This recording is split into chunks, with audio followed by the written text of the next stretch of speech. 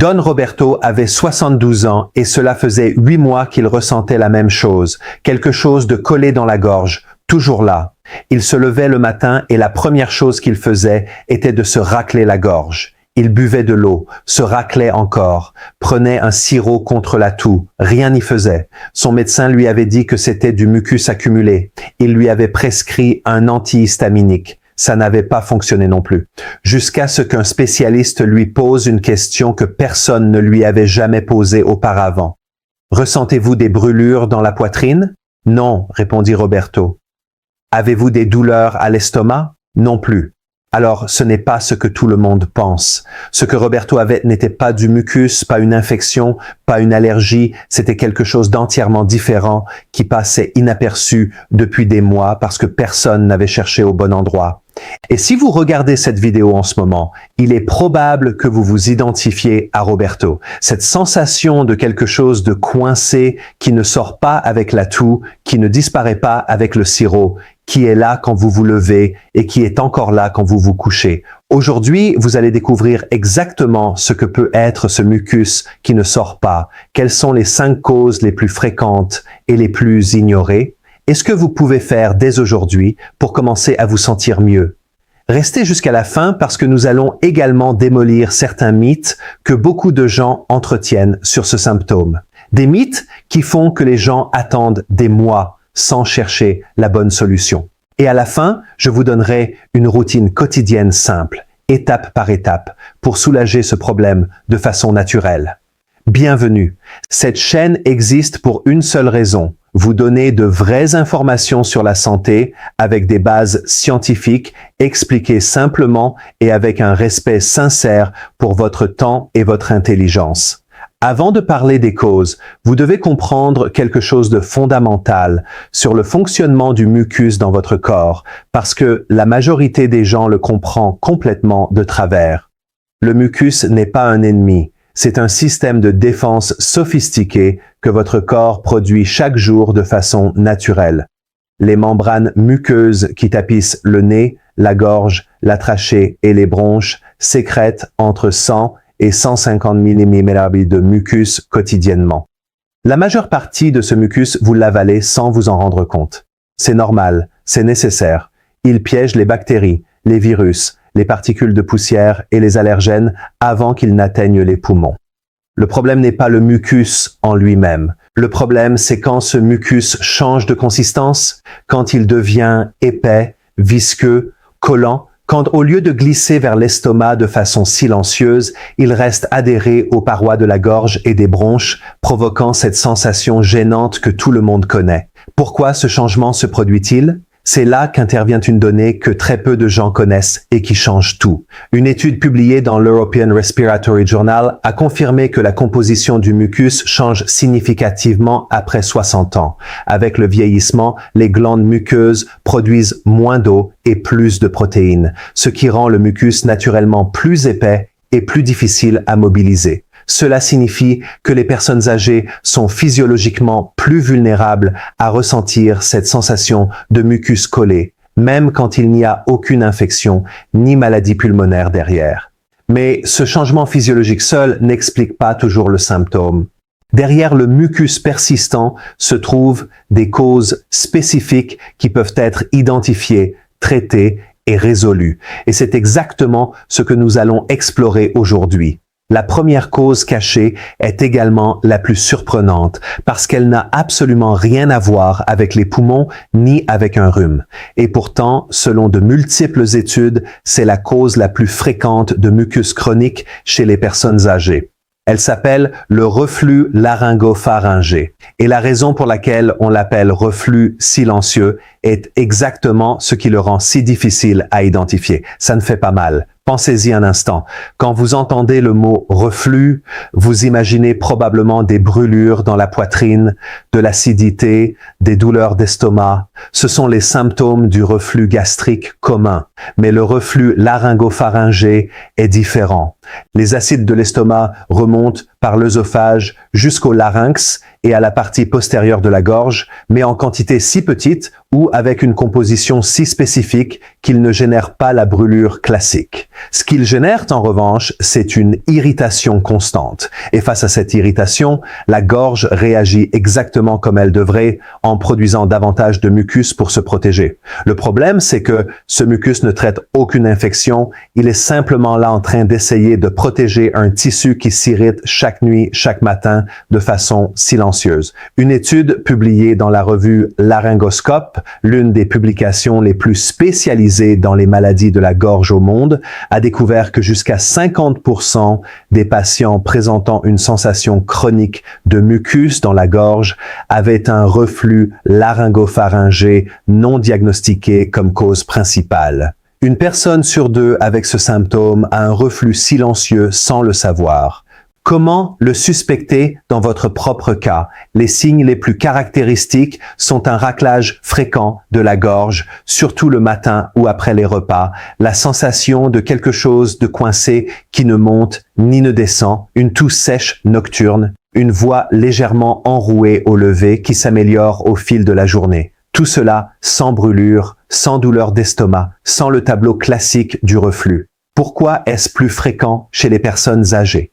Avec le temps, le sphincter œsophagien inférieur, la valve musculaire qui sépare l'œsophage de l'estomac, perd du tonus et de son efficacité, devient plus perméable, laisse passer de petites quantités d'acide plus facilement, surtout la nuit quand nous sommes allongés et que la gravité n'aide plus à maintenir le contenu stomacal en place. Qu'est-ce qui aide immédiatement? 3 changements concrets qui ne nécessitent pas de médicaments. Premièrement, éviter de dîner copieusement et le faire au moins 2 heures avant de se coucher. L'estomac bien rempli la nuit est le scénario idéal pour le reflux silencieux. Deuxièmement, surélever légèrement la tête du lit de 2 à 400 mètres. Cela peut se faire avec un livre épais sous les pieds de la tête de lit ou avec un coin spécial sous le matelas. Il n'est pas nécessaire de surélever l'oreiller qui n'a pas le même effet. Troisièmement, éviter le café, le chocolat, l'alcool et les aliments très épicés au dîner, car ils relâchent le sphincter œsophagien. Si vous reconnaissez cette description dans votre propre expérience, parlez à votre médecin de la possibilité que le reflux silencieux soit derrière votre symptôme. C'est le premier pas et parfois le seul nécessaire. La deuxième cause cachée est la plus simple de toutes et paradoxalement l'une des plus ignorées. Et quand les gens l'entendent, ils pensent généralement « ça ne peut pas être mon cas. Moi je bois de l'eau ». La déshydratation chronique chez les personnes âgées ne ressemble pas à la déshydratation d'une personne jeune. Elle ne provoque pas une soif intense. Elle ne provoque pas une bouche complètement sèche. Elle est subtile, progressive et souvent invisible. Voici la donnée scientifique qui explique tout. Avec le vieillissement, le mécanisme de la soif perd en sensibilité. Le cerveau n'envoie plus le signal de soif avec la même précision ni la même intensité qu'à 40 ans. Cela est documenté dans de multiples études de physiologie du vieillissement. Et c'est l'une des raisons pour lesquelles les personnes âgées constituent le groupe d'âge présentant le plus grand risque de déshydratation chronique sans le savoir. Et quel rapport avec le mucus? Tout. Le mucus est composé d'environ 95% d'eau. Quand le corps n'a pas suffisamment de liquide disponible, il donne la priorité aux organes vitaux et réduit l'eau disponible pour les sécrétions muqueuses. Le mucus qui reste contient moins d'eau, plus de protéines et plus de consistance. Il devient épais, visqueux, collant. Au lieu de s'écouler, il adhère. Au lieu d'être expulsé naturellement, il s'accumule. Une étude de l'American Journal of Respiratory and Critical Care Medicine a confirmé qu'une hydratation adéquate réduit de façon significative la viscosité du mucus chez les personnes âgées, même chez des personnes sans aucune maladie respiratoire diagnostiquée. En d'autres termes, boire plus d'eau rend le mucus plus fluide et plus facile à éliminer. Sans médicaments, sans sirop, sans intervention. Quelle quantité d'eau est suffisante? La recommandation générale est de 8 verres par jour, soit environ 2 litres. Mais ce qui est le plus important, ce n'est pas le chiffre exact, c'est l'habitude. N'attendez pas d'avoir soif. Le mécanisme de la soif, comme vous le savez désormais, n'est pas fiable à cet âge. Établissez plutôt des routines. 1 verre d'eau au lever, 1 verre avant chaque repas, 1 verre dans l'après-midi. Si vous avez du mal à vous en souvenir, placez un verre d'eau plein dans des endroits visibles de votre maison comme rappel visuel permanent. L'eau tiède ou les infusions sans caféine sont particulièrement bénéfiques parce que la chaleur génère de la vapeur qui hydrate directement les muqueuses du nez et de la gorge pendant que le liquide hydrate de l'intérieur. Et voici quelque chose qui surprend beaucoup de gens. Le café et les boissons contenant de la caféine ont un effet diurétique modéré, ce qui signifie qu'ils peuvent contribuer à la déshydratation s'ils sont consommés en grande quantité sans compenser avec de l'eau. Nous ne disons pas de les éliminer, nous disons que pour chaque tasse de café, vous devriez également boire un verre d'eau. Pour la personne âgée qui souffre depuis des mois de ce mucus épais qui ne sort pas, commencer à s'hydrater correctement peut produire une différence notable en 2 à 3 jours, pas des semaines, des jours. La troisième cause cachée en est une qui brise une croyance très ancrée que beaucoup de gens entretiennent depuis des décennies. Et quand ils l'entendent pour la première fois, la réaction la plus courante est une véritable surprise. Les allergies peuvent apparaître pour la première fois après 60 ans. Beaucoup de gens pensent que s'ils ont atteint 70 ans sans allergie, ils sont à l'abri, que les allergies sont une affaire d'enfance ou de jeunesse, que s'ils n'ont pas eu de rhinite allergique étant enfants, ils n'en développeront pas maintenant. Cette croyance, bien que compréhensible, ne repose sur aucune base scientifique. Des études récentes montrent qu'entre 10 et 15% des adultes développent de nouvelles allergies après 60 ans. Le système immunitaire change avec l'âge, un processus que les scientifiques appellent immunosénescence. Et ces changements peuvent faire que le corps commence à réagir différemment à des substances qu'il tolérait parfaitement pendant des décennies. Les déclencheurs les plus fréquents chez les personnes âgées sont les acariens de la poussière, les moisissures, les poils d'animaux domestiques, certains aliments comme les produits laitiers, le blé ou certains fruits, et quelques médicaments. Et la façon dont cette allergie tardive se manifeste est différente de comment elle se manifeste chez les jeunes.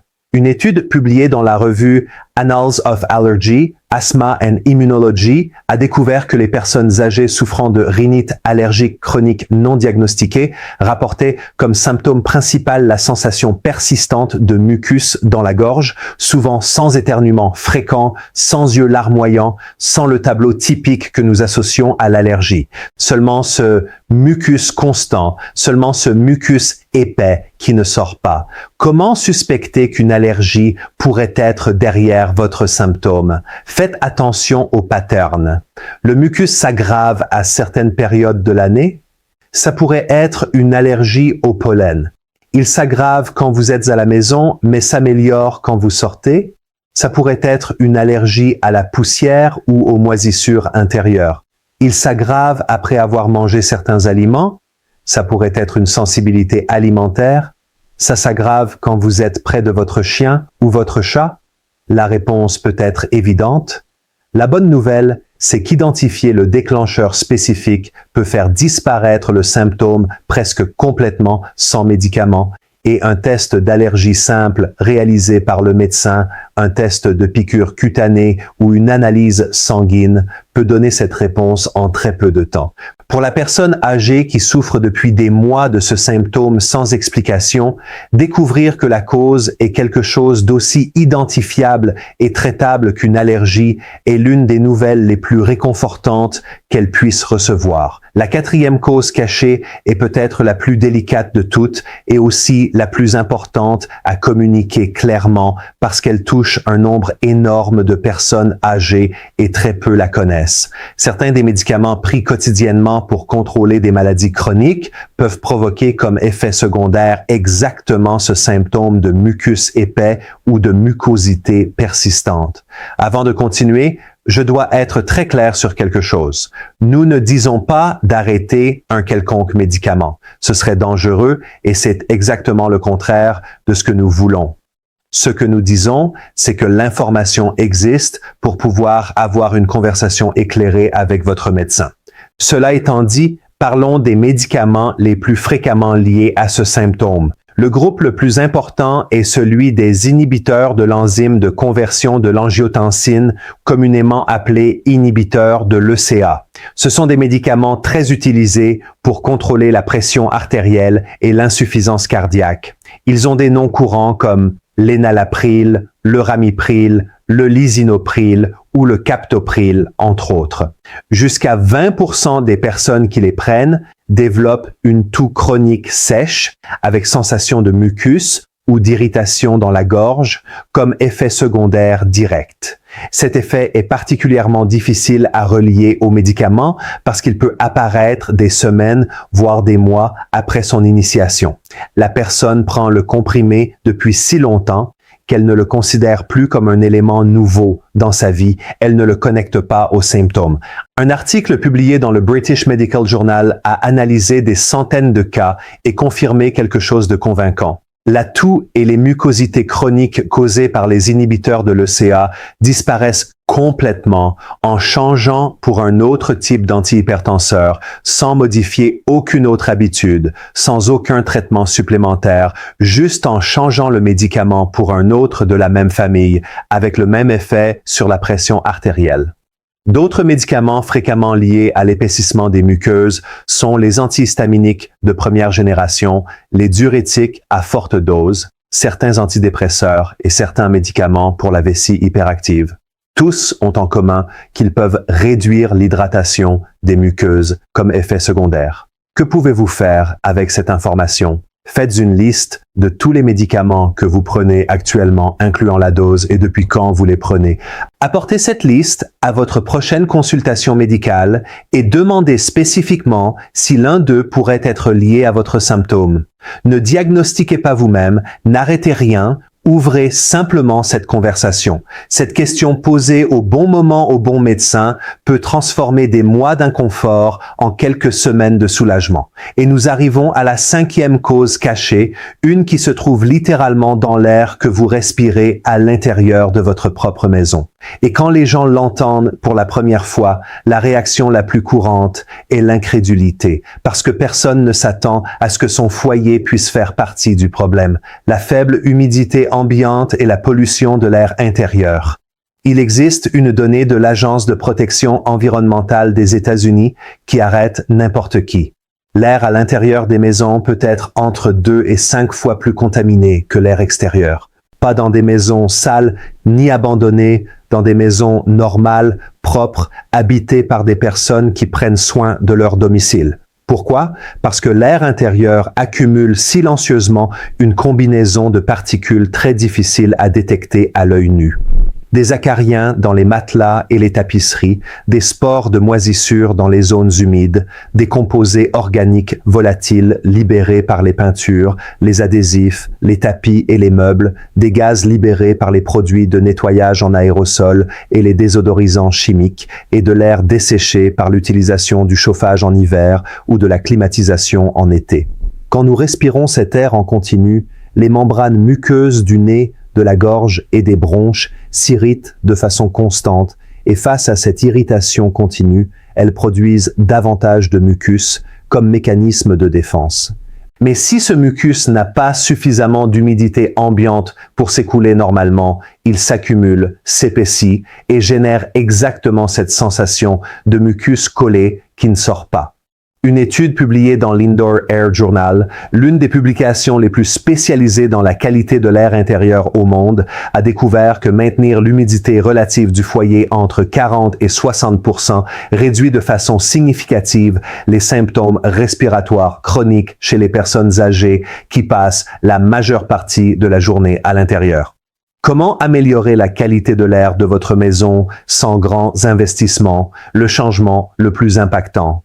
Aérez votre maison pendant au moins 10 minutes chaque matin. Ouvrez portes et fenêtres, même pour peu de temps. Laissez l'air extérieur renouveler l'air intérieur chargé. Ce geste simple, fait avec constance, peut faire une différence notable en quelques semaines. Si vous utilisez le chauffage en hiver ou vivez dans un climat très sec, un humidificateur à vapeur froide dans la chambre peut transformer la qualité de votre repos et la santé de vos muqueuses. Si vous n'avez pas d'humidificateur, une alternative efficace et économique est de placer une bassine d'eau chaude avec quelques feuilles d'eucalyptus dans la pièce. La vapeur qu'elle génère hydrate directement les muqueuses pendant que vous dormez. Remplacez les désodorisants en aérosol et les produits de nettoyage au parfum intense par des alternatives plus naturelles. L'odeur de propre n'a pas besoin de venir d'une substance chimique. Le vinaigre blanc dilué dans l'eau nettoie sans contaminer l'air. Pour la personne âgée qui passe de nombreuses heures chez elle, ces changements dans l'environnement immédiat peuvent produire un soulagement visible en quelques jours, sans médecin, sans médicaments, sans dépenses significatives. Avant de vous donner la routine quotidienne, j'ai besoin de m'arrêter sur 3 croyances très communes sur le mucus qui font que beaucoup de gens attendent des mois sans chercher la bonne solution. Mythe numéro 1, si j'ai du mucus, c'est que j'ai une infection. Pas nécessairement. Comme vous l'avez appris aujourd'hui, le mucus persistant chez les personnes âgées a des causes qui n'ont rien à voir avec des infections. Reflux silencieux, déshydratation, allergies, médicaments ou environnement du domicile. Traiter une infection qui n'existe pas avec des antibiotiques ne résoudra pas seulement pas le symptôme, mais peut avoir des effets négatifs sur le microbiote et la santé générale. Mythe numéro 2, les produits laitiers produisent davantage de mucus. C'est l'une des croyances les plus répandues dans la culture populaire et la science après de multiples études, dit quelque chose de différent. Les produits laitiers n'augmentent pas la production de mucus dans l'organisme. Ce qui peut se produire, c'est que le lait, en se mélangeant à la salive, crée temporairement une sensation de plus grande consistance dans la bouche et la gorge que certaines personnes interprètent comme du mucus, mais il n'y a pas de production supplémentaire réelle. Cependant, si vous avez une intolérance au lactose ou une sensibilité aux protéines du lait, ce qui est plus courant chez les personnes âgées, les produits laitiers peuvent effectivement enflammer les muqueuses et aggraver le symptôme. C'est différent du mythe général. Mythe numéro 3. Si j'ai ça depuis des mois, c'est forcément quelque chose de grave. La majorité des cas de mucus chronique chez les personnes âgées ont des causes complètement traitables, comme celles que nous avons vues aujourd'hui. Que quelque chose dure longtemps ne signifie pas nécessairement que c'est grave, cela signifie que la cause correcte n'a pas encore été identifiée. C'est ce que nous cherchons à résoudre aujourd'hui. Maintenant, voici ce que beaucoup attendaient. Une routine quotidienne concrète, simple et réelle, que vous pouvez commencer à appliquer dès demain matin. Au réveil, avant de sortir du lit, buvez un verre d'eau tiède, pas froide. L'eau tiède hydrate les muqueuses desséchées par le sommeil, active le système digestif et contribue à fluidifier le mucus accumulé pendant la nuit. Si vous pouvez y ajouter quelques gouttes de citron, c'est encore mieux. La vitamine C du citron a des propriétés anti-inflammatoires sur le tissu muqueux. Pendant le petit déjeuner, envisagez de remplacer le café au lait par une infusion de gingembre au miel pendant au moins les 2 premières semaines. Le gingembre a des propriétés mucolytiques avérées, c'est-à-dire qu'il aide à fluidifier le mucus, et le miel a un effet anti-inflammatoire sur la gorge. Si vous ne voulez pas renoncer au café, prenez-le après le petit déjeuner et ajoutez un verre d'eau supplémentaire pour compenser son effet diurétique. Dans la matinée, aérez votre maison. Ouvrez portes et fenêtres pendant au moins 10 minutes. Ce geste renouvelle l'air intérieur et réduit la concentration de particules irritantes. Si le temps ne vous permet pas d'ouvrir les fenêtres, passez un chiffon humide sur les surfaces pour réduire la poussière. Tout au long de la journée, buvez de l'eau ou des infusions sans caféine de façon régulière. Mettez un verre plein dans la cuisine, un dans le salon, un dans votre chambre. Le signal visuel est plus efficace que n'importe quelle alarme ou rappel. L'objectif est 2 litres par jour répartis sur toute la journée, pas accumulés en un seul moment. À midi, si votre mucus s'aggrave après les repas, évaluez quels aliments vous consommez. Tenez un registre simple pendant 1 semaine. Notez ce que vous avez mangé et si le symptôme s'est amélioré ou aggravé.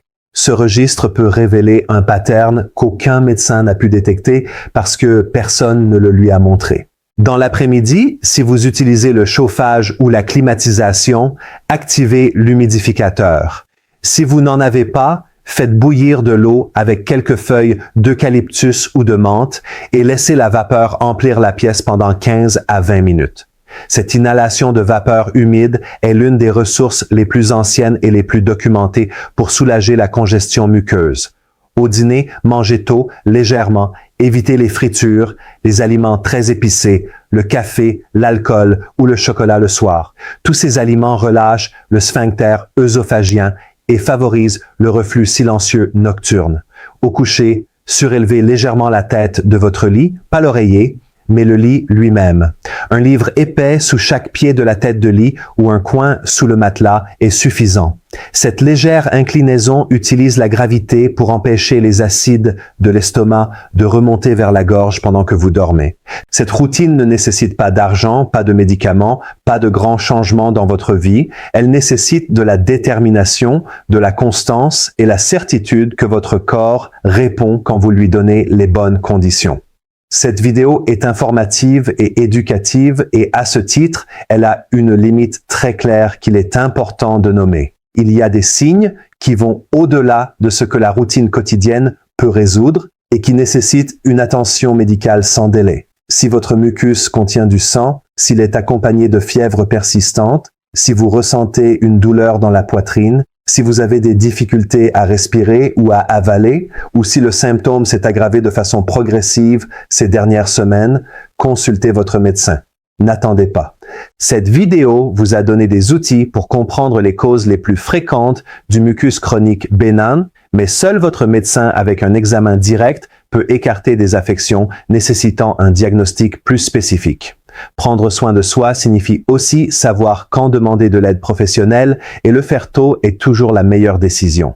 Récapitulons l'essentiel d'aujourd'hui. Le mucus persistant qui ne sort pas peut avoir 5 causes cachées qui passent fréquemment inaperçues. Le reflux silencieux qui irrite la gorge sans douleur ni brûlure. La déshydratation chronique qui épaissit le mucus parce que celui-ci est en grande partie composé d'eau. Les allergies tardives qui peuvent apparaître après 60 ans même si on n'en a jamais eu auparavant. Les médicaments d'usage quotidien qui peuvent dessécher les muqueuses comme effet secondaire et l'air sec ou contaminé à l'intérieur du domicile. Aucune de ces causes n'est inévitable. Toutes ont une solution et vous avez maintenant le savoir pour chercher la bonne. Vous souvenez-vous de Don Roberto du début? Eh bien, le spécialiste a identifié que son problème était un reflux silencieux combiné à une déshydratation. Il a modifié son dîner, surélevé la tête de son lit et a commencé à boire 2 litres d'eau par jour. En 3 semaines, ce mucus qui l'avait accompagné pendant 8 mois avait pratiquement complètement disparu. Il n'a pas eu besoin de plus de comprimés, il n'a eu besoin d'aucune intervention, il avait simplement besoin de la bonne information. Vous l'avez maintenant vous aussi. Si cette vidéo vous a aidé à comprendre quelque chose que vous n'arriviez pas à expliquer depuis longtemps, mettez un like maintenant. Ce petit geste indique au système que ce contenu mérite d'atteindre davantage de personnes qui en ont besoin également. Abonnez-vous si vous ne l'avez pas encore fait et activez la cloche pour ne pas manquer les vidéos que nous publions chaque semaine. Vous y trouverez de vraies informations sur la santé, expliquées avec calme, avec bienveillance et avec un véritable soutien scientifique. Dites-nous dans les commentaires, avez-vous reconnu l'une de ces 5 causes dans votre propre expérience? Y en a-t-il une que vous n'auriez jamais soupçonnée? Votre commentaire peut être exactement ce dont quelqu'un d'autre a besoin pour comprendre ce qui lui arrive. Et si vous avez un proche qui souffre depuis longtemps de ce symptôme sans explication, partagez cette vidéo avec cette personne maintenant. Parfois, la bonne information arrive juste au moment où quelqu'un en a besoin. La prochaine vidéo qui se trouve ici en haut parle des 5 aliments qui aident à nettoyer les bronches de façon naturelle. Si celle-ci vous a plu, celle-là va vous enchanter.